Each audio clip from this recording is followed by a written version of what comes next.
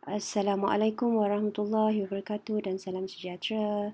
Selamat datang ke Bengkel E-Teaching Portfolio ETPF bagi Kolej Matrikulasi Melaka Kementerian Pendidikan Malaysia pada hari ini dan esok 15 hari bulan dan esok 16 Julai 2021. Okay, dalam bengkel ini kita akan menyediakan E-Teaching Portfolio dengan menggunakan aplikasi Microsoft OneNote. Hai, saya Puan Haslina binti Kamarudin akan berkongsi cara menggunakan Microsoft OneNote bagi penyediaan e-teaching portfolio bagi pensyarah-pensyarah Kolej Matrikulasi Melaka. Okey, pertama sekali kita akan lihat Microsoft OneNote secara ringkas bagi pendedahan basic untuk peserta-peserta bengkel. Kemudian kita akan bersama-sama menggunakan Microsoft OneNote itu secara hands-on. Saya akan tunjukkan satu-satu bagaimana setiap section dan bahagian-bahagian di portfolio yang asalnya kita maintain dalam bentuk fizikal dan kita pindahkan dalam bentuk Microsoft OneNote. Okey, kita akan melihat secara ringkas apa itu Microsoft OneNote. Okey, ini dia rupa bentuk aplikasi OneNote yang dah saya install dalam saya punya MacBook. Sebelum kita mulakan bengkel, sepatutnya semua orang dah ada lah. Saya akan mulakan daripada sini setelah tuan-tuan dan puan-puan install. Okey. Ini kita lihat bagaimana features yang kita boleh gunakan untuk buat e-portfolio. Tapi pertama kalinya saya akan tunjukkan feature-features umum lah. Okey, untuk saya, disebabkan saya memang dah biasa guna OneNote, memang menjadi amalan harian saya. Saya sudah ada beberapa notebook. Okey, saya akan bagi tahu tentang notebook. Okey. Notebook ni macam saya ada list di sini, teaching portfolio, bills, Lina portfolio, Lina Kamar Planner. Okey. Yang ini adalah kita panggil notebooks. Okey, satu warna ni satu notebook. Okey, notebook ni macam satu buku. Kalau kita lihat secara fizikal, dia adalah buku. Jadi kalau macam saya kata macam minutes, maknanya buku minutes. Okey, bila saya buka contohnya macam okey, katakan saya buat okey, yang ni sijil surat. Ini adalah tempat saya simpan saya punya surat-surat yang saya dah dapat. Saya simpan digitalkan, saya scan dan letak macam itulah. So, apa yang saya buat, dalam buku itu, konon-konon bila kita bayangkan buku, dalam buku ada beberapa bab. Okey. So, babnya, kalau buku ni, babnya yang pertama, perjawatan. Bab kedua, penghargaan. Contohnya macam itulah kalau kita bayangkan buku. Tapi dalam OneNote, kita panggil benda ni section. Okey, kita lihat di bawah tu ada add section. So, kita gunakan perkataan section untuk OneNote bagi pembahagian-pembahagian kita punya notebook. So, dalam saya ni ada 4. So, dekat setiap section, kalau kita klik section perjawatan, saya ada lagi page. Page ni kalau buku muka surat lah. Tapi page ni mungkin subtopik lagi lah. So, macam perjawatan saya ada detail lagi. Saya nak bagi tahu surat pengesahan, surat pelantikan kan. So, macam surat pengesahan, saya nak letak, saya nak scan saya punya surat pengesahan dan masukkan sini. Okay? Nanti kita akan belajar bagaimana masuk. Macam tu lah. So, pelantikan ada macam ni. So basically dia macam satu file secara digital yang kita boleh buat subsection. So inilah sebabnya kita pilih OneNote, kerana OneNote ada bentuk ini yang mudah kita buat pembahagian dan subsection. Okey. Okey, sekarang saya akan tunjukkan secara basic bagaimana tuan-tuan dan puan-puan untuk create satu buku, satu OneNote yang simple. Okey. Dan okey, kita akan mulakan macam mana? Kita akan pergi ke bagaimana kita nak create satu buku yang baru.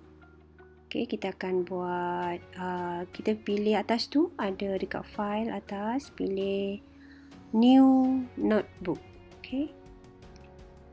Bila kita pilih new notebook, kat sini kita ada nama, kita nak katalah contoh buku masakan. contoh masakan Lina macam tu.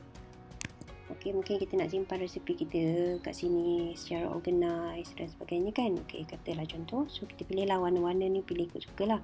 Dan tekan bawah create. Okey, bergantung kepada kelajuan komputer anda. Dan okey, sekarang ni kita dah keluar. Okey, dekat sini dia nampak buku masakan Lina contoh. Okey, contohnya kita nak buat bab dekat buku ni kita nak buat bab nama dia, section yang pertama ni kita kasih nama. Okey, new section kan dia automatic. Kita tekan rename.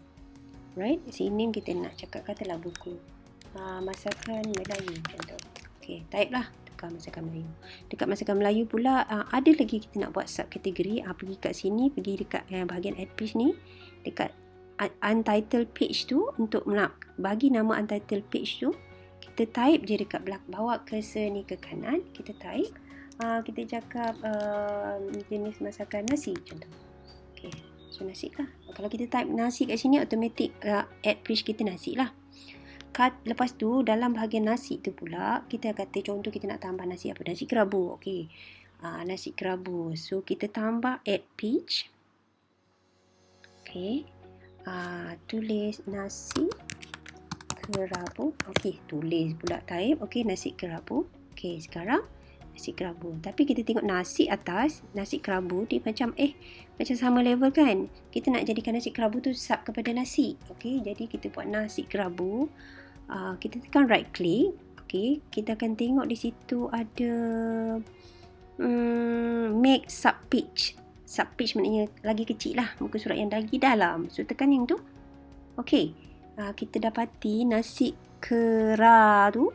Nasi kerabu tolak kanan sikit. Nasi kerabu tu dah ke kanan sikit. So yang ini menunjukkan kita dah buat create sub nasi kerabu lah. Okay, and then kita tambah lah. Lepas tu kalau kita nak tambah lagi nasi apa, katakan nasi ayam. Okay, nasi ayam.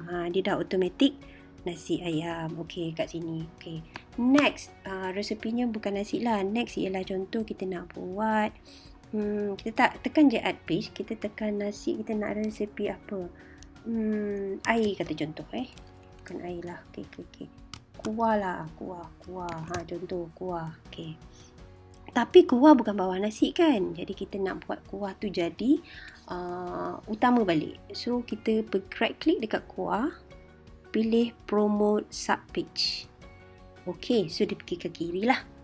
So kita buat benda yang sama. Selepas itu kalau kita nak tambah kuah masak lemak ke, cili padi ke apa semua tu, kita buatlah macam kita buat nasi kerabu dengan nasi ayam. Okay, so itu adalah bagaimana kita buat sub-sub.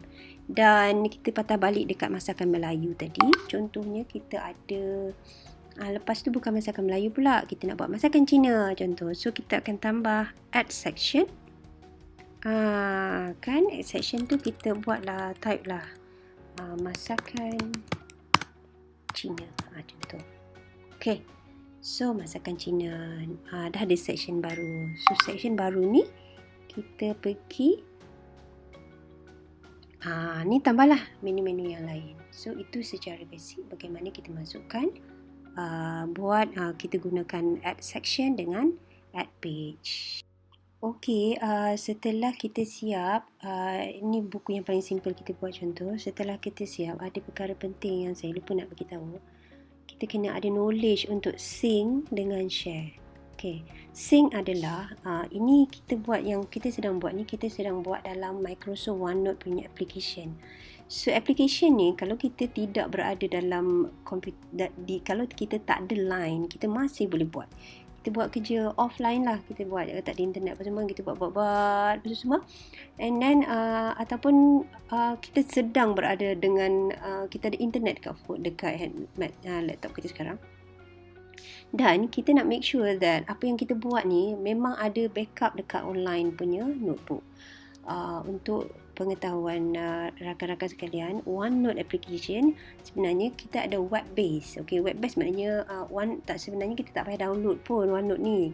Kita boleh je buka OneNote dalam web base. Macam kita biasa guna Excel dan Google Doc, macam benda yang pakai web base lah, macam-macam kita dah biasa gunakan.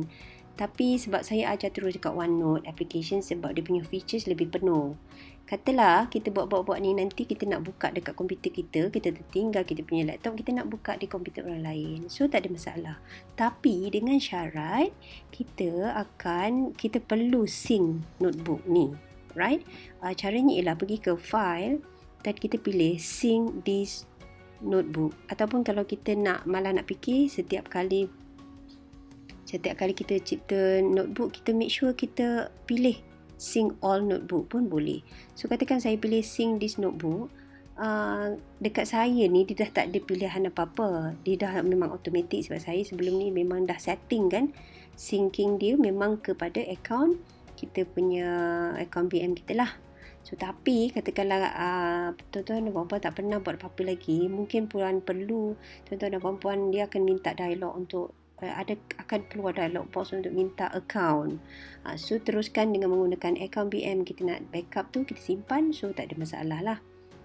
Okay, and then katakan juga sudah siap dan kita nak tunjuk yang kita punya buku resepi ni kepada orang.